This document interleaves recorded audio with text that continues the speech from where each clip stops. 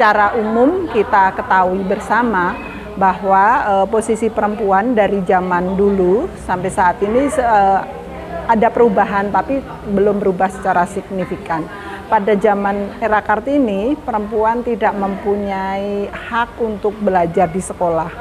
Sekolah-sekolah yang baik sekolah pribumi maupun sekolah Belanda itu muridnya hanya laki-laki. Artinya perempuan pada zaman itu tidak mempunyai akses untuk pendidikan sama sekali. Maka posisi perempuan pada zaman era Kartini hanya digambarkan sebagaimana konco wingking bagi laki-laki. Dalam artian dia hanya bisa berprofesi menjadi peran domestik saja, mengurus rumah tangga, mengurus anaknya, mengurus suaminya. Dia nggak punya hak untuk memperoleh pendidikan, nggak punya hak akses untuk menduduki jabatan-jabatan di pemerintahan dan lain-lain. Untuk itu maka Kartini berjuang adanya emansipasi perempuan supaya dengan mendirikan sekolah bagi anak-anak perempuan supaya perempuan mendapat haknya. Di zaman sekarang, di zaman orde sampai tahun 2000 dan sekarang udah abad 2021, ini perempuan sejatinya sebenarnya peran perempuan itu masih sama, cuman mendapat akses untuk pelatihan. Tapi karena dunianya masih dunia patriarki, bahkan ILO, menurut survei ILO, posisi perempuan dan laki-laki itu, perempuan itu bekerja 3 kali lebih lama dari laki-laki. Bahkan di Asia perempuan 4 kali lebih dari laki-laki. Jadi kalau toh seorang pekerja perempuan, dia tidak bisa meninggalkan peran-peran domestiknya. Jadi ketidakadilan gender, ketidakadilan terhadap perempuan ini, ketidakadilan yang didapat oleh perempuan berupa ketidakadilan gender, ketidakadilan soal sosial, ketidakadilan global juga. Kenapa perempuan mendapat ketidakadilan? Karena adanya norma patriarki yang masih ada di masyarakat yang belum berperspektif gender, juga adanya eksploitasi manusia oleh sebagian manusia demi keuntungan. Di perusahaan juga berlaku seperti itu. Nah, untuk itu adanya praktek-praktek yang meminggirkan keberadaan perempuan itu juga menjadi persoalan tersendiri bagi perempuan saat ini. Untuk itu makanya partisipasi perempuan dalam kehidupan organisasi, dalam kehidupan politik, dalam kehidupan bermasyarakat, partisipasi perempuannya menjadi rendah. Kenapa? Karena aksesnya, karena perempuan terbebani dengan pekerjaan-pekerjaan domestiknya. Kemudian juga ada kebijakan-kebijakan baik di tingkat perusahaan, di PKB-nya, kebijakan di organisasi di tingkat daerah atau nasional yang anti terhadap perempuan, bukan anti tapi tidak ramah terhadap perempuan. Salah satu contohnya misalnya benar upah pekerja laki-laki dan perempuan secara upahnya sama, tapi hasil akhir yang dibawa pulang menjadi berbeda karena berbagai variabel. Misalnya tunjangan keluarga pekerja perempuan nggak punya hak. Kemudian potongan terhadap pajak pekerja perempuan lebih tinggi karena dianggap lajang. Belum ada, artinya undang-undangnya, aturannya, kebijakannya, norma tentang pajak masih diskriminatif kepada perempuan. Belum ada kesempatan, misalnya suami istri bekerja, siapa yang harus menanggung anaknya bisa memilih, ini nggak bisa, otomatis menjadi perempuan. Nah, untuk itu maka karena hal-hal seperti ini, tambahan pekerjaan di era COVID ini, era milenial, era COVID itu menjadi belum ada persoalan karena peran perempuan di dalam keluarga itu pertama adalah peran manajemen, peran keuangan. Dalam masa COVID apalagi ini bisa-bisa pendapatan keluarganya berkurang, tapi justru pengeluarannya bertambah. Nah, untuk itu maka menjadi beban tersendiri bagi perempuan. Untuk itu maka kita di dalam era milenial ini, perempuan yang harus diperjuangkan adalah Pertama adalah kita perempuan harus bisa mengatasi sumber-sumber yang menghambat partisipasi itu, supaya perempuan bisa berpartisipasi aktif di dalam kehidupan berorganisasi, di dalam kehidupan serikat di perusahaan, di dalam kehidupan bermasyarakat. Kemudian juga menumbuh kembangkan partisipasi laki-laki dalam kehidupannya. Pembagian kerja, beban kerja yang berlebih di dalam keluarga ini harus dipotong, harus didiskusikan dengan pasangannya, dengan suaminya, dengan anggota keluarga yang lain, berbagi beban. Sehingga perempuan, karena ketika pekerjaan perempuan 3 kali, 4 kali lipat dari pekerjaan laki-laki, itu artinya perempuan nggak punya waktu untuk mengupgrade dirinya, untuk menambah pengetahuannya. Jadi akan terbelakang terus-menerus kalau tidak dilakukan diskusi ulang dengan suaminya. Kemudian juga kita harus juga merubah norma-norma atau praktek-praktek yang menghambat perempuan, kebijakan yang menghambat perempuan untuk berpartisipasi. Juga harus ada menambahkan kebijakan-kebijakan yang ramah terhadap perempuan. Karena mau tidak mau, perempuan ini memang berbeda dengan laki-laki karena kodratnya, karena biologisnya, karena peran reproduksinya yang berbeda dengan laki-laki. Perempuan mesti hamil, dia mesti mengurus anaknya, memberikan ASI anaknya, tapi sebenarnya beban untuk pengasuhan selanjutnya ketika dia udah lepas ASI menjadi beban bersama, tidak lagi hanya menjadi beban perempuan, walaupun faktanya hari-hari ini masih menjadi beban untuk perempuan. Kemudian juga mengintegrasikan, menyatukan isu-isu gender itu kepada seluruh kebijakan, baik di semua level. Di mana kehidupan kita, di situ kita harus mengintegrasikan. Kalau kita berada pada tingkat di level perusahaan, di tingkat PUK, kita harus mengintegrasikan itu dalam PKB.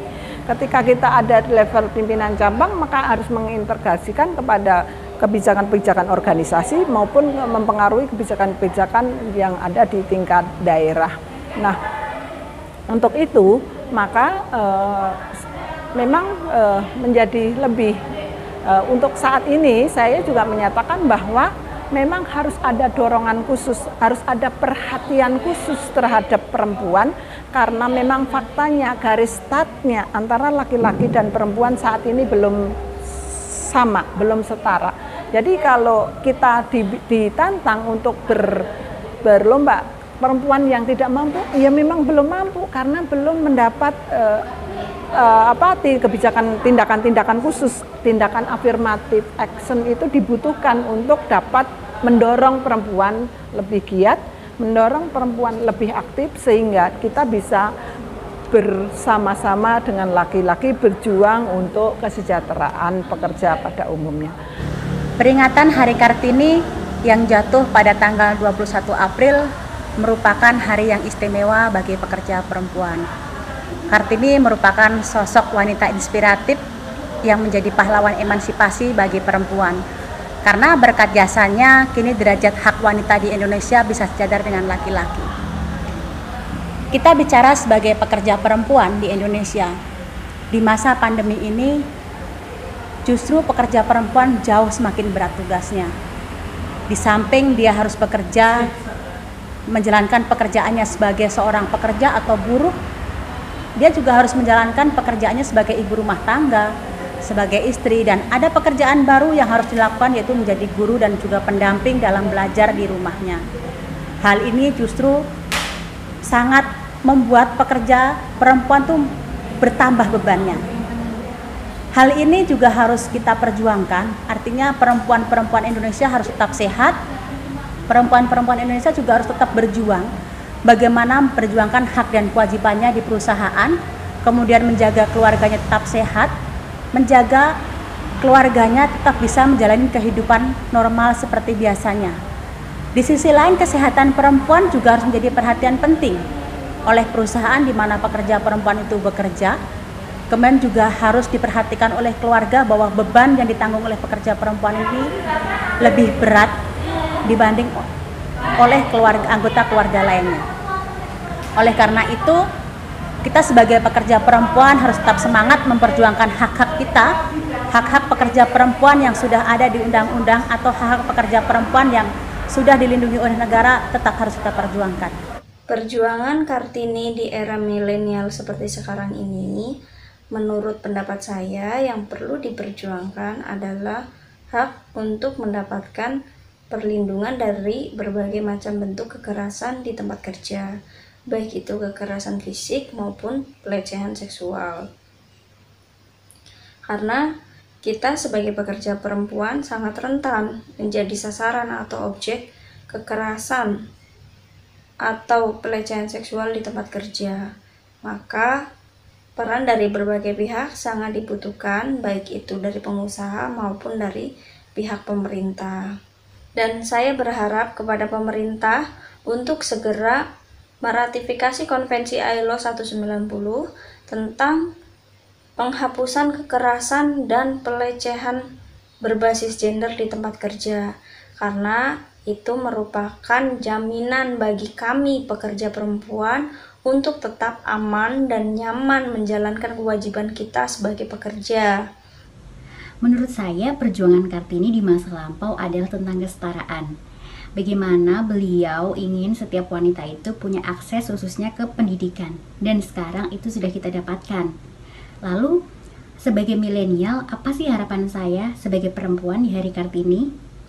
Tentunya kesetaraan juga, namun dalam konteks di lingkungan pekerjaan, tentang kesempatan bekerja, tentang tidak ada diskriminasi, dan khususnya adalah yang patut digarisbawahi adalah tentang cuti haid. Menurut saya, aturan perundang-undangan mengenai cuti haid itu harus diperjelas. Nah, khususnya di lingkungan di dalam perusahaan sendiri ya, bagaimana sih regulasinya? Apakah memang harus dengan surat dokter? Apakah seribet itu? Sebenarnya perempuan itu hanya ingin waktu istirahat 1 hari saja, tidak perlu ke dokter gitu, karena kami sebenarnya ketika haid itu tidak perlu obat, kami hanya butuh waktu istirahat sekedar untuk meluruskan badan gitu, tanpa obat, tanpa harus pakai surat dokter gitu. Harapannya sih seperti itu, cuti haid tidak dipersulit. Tenang saja, kami para perempuan tidak akan memanfaatkan cuti haid untuk hal-hal yang mengurangi produktivitas dalam bekerja. Emansipasi wanita, terus kesetaraan wanita sama pria. Apa yang perlu diperjuangkan sama pekerja perempuan di masa sekarang? Sebenarnya sih udah banyak bos-bos yang udah wanita, banyak pemimpin-pemimpin yang udah wanita. Cuman untuk yang di bawahnya itu gimana ya, lebih kreatif lagi, lebih percaya diri dalam melakukan segala sesuatu. Kan ada tuh banyak wanita yang gak percaya diri. Aku takut kalah sama cowok. Aku nggak bisa apa-apa. Aku lemah. Tapi nggak semua wanita tuh kayak gitu. Jadi tuh harus balance antara cowok sama ceweknya tuh harus balance. Percuma kalau cowok percaya ke cewek tapi ceweknya nggak percaya diri. Percuma cewek percaya sama cowok tapi cowoknya nggak ngehargain kita, buat apa? Sebagai Kartini di era milenial, menurut saya perempuan masih kesulitan untuk melakukan berbagai hal, baik dalam pekerjaan maupun kehidupan sehari-hari. Seakan-akan perempuan itu tidak memiliki kemampuan, tidak memiliki kekuatan untuk melakukan banyak kegiatan dan perubahan, terlebih lagi di masa pandemik seperti sekarang ini. Masih banyak perempuan yang belum mendapatkan hak dan keadilan dalam pekerjaan, misalkan pengupahan yang begitu rendah, jam kerja yang terlalu panjang, dan lain-lain. Isu kesetaraan gender dan kekerasan seksual masih juga belum mendapat perhatian lebih dari masyarakat maupun negara. Jadi saya berharap isu-isu perempuan terus menjadi salah satu pembahasan penting, khususnya di pemerintahan dan perusahaan, karena masih kurang terwakili dalam kehidupan publik. Jadi untuk Kartini milenial di luar sana, teruslah berusaha, teruslah berjuang untuk hak-hak kita sebagai perempuan, baik di lingkungan maupun di dalam pekerjaan. R.A. Kartini merupakan salah satu tokoh, salah satu pahlawan nasional yang tentu kita kenal dengan perjuangannya dalam mengangkat derajat perempuan, khususnya yang ada di Indonesia. Mari kita semua meneladani kegigihannya Raden Ajeng Kartini dalam perjuangan dan mengangkat derajat dan harkat martabat perempuan yang ada di Indonesia. Mobil khusus bagi anggota SPKP SPSI PT Multistrada Arasarana Tbk, kaum perempuan, aktivis perempuan untuk bersama-sama agar tidak ada kesenjangan antara perempuan dan laki-laki, dan juga tidak ada diskriminasi, tidak ada kekerasan seksual dan lain sebagainya yang lebih cenderung menurunkan harkat, derajat, dan martabat perempuan. Kita adalah sama-sama, laki-laki maupun perempuan, kita bahu-membahu bersama-sama dalam gerakan dan perjuangan serikat pekerja maupun di dalam kehidupan sosial sehari-hari. Hidup perempuan, hidup laki-laki, hidup pekerja yang ada di PT Multistrada Arasarana Tbk, hidup pekerja, hidup aktivis yang ada di seluruh Indonesia. Semangat pekerja perempuan, selamat Hari Kartini kepada pekerja perempuan di seluruh Indonesia. Selamat Hari Kartini bagi seluruh pekerja perempuan di seluruh Indonesia. Perempuan bisa. Selamat memperingati Hari Kartini pada tanggal 21 April 2021. Selamat Hari Kartini kepada semua bangsa Indonesia, kepada seluruh teman-teman pekerja. Bersama kita menuju kesetaraan, kita berjuang merubah kerentanan bagi pekerja perempuan menjadi kekuatan sehingga kita dapat bergandeng tangan, bersumbangsi, memajukan organisasi, memajukan pekerja, memperjuangkan kesejahteraan yang pada akhirnya adalah menjadi kesejahteraan bagi pekerja Indonesia dan menjadi sejahtera bagi seluruh rakyat Indonesia.